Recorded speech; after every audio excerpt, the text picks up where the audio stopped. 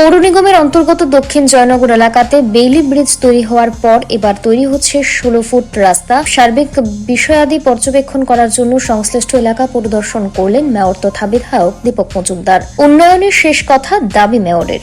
আগরতলা পৌর নিগমের 36 নম্বর ওয়ার্ড এলাকায় হাওড়া নদীর উপর অতি সম্প্রতি বেইলি ব্রিজ তৈরি করা হয়েছে। এই ব্রিজ তৈরির পরিপ্রেক্ষিতে দক্ষিণ জয়নগরের সাথে আইরমারা টিলা পর্যন্ত জনগণের যোগাযোগের বিশেষ সমস্যা দূরীভূত হলো বলা বাহুল্য, দীর্ঘদিন ধরে এই ব্রিজ তৈরির দাবি এলাকাবাসীর ছিল। অবশেষে এই ব্রিজ তৈরি হওয়ার পর আজ সপর্ষদ বেইলি ব্রিজ পরিদর্শন করতে যান আগরতলা পৌর নিগমের মেয়র দীপক মজুমদার। এর পাশাপাশি এই এলাকায় একটা রাস্তা দীর্ঘদিন ধরে প্রায় চলাচলের অনুপযোগী হয়ে রয়েছিল।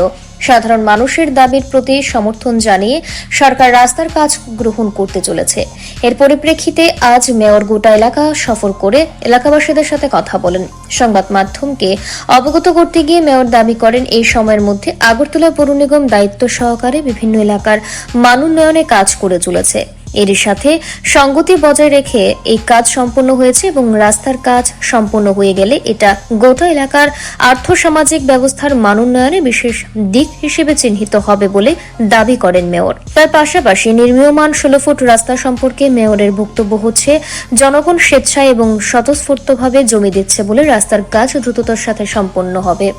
দক্ষিণ জয়নগরের যে আমাদের নতুন যে বেইলি ব্রিজটা, এটা দীর্ঘদিন বাদে এই এলাকার মানুষের একটা দাবি ছিল বা সমস্যা ছিল।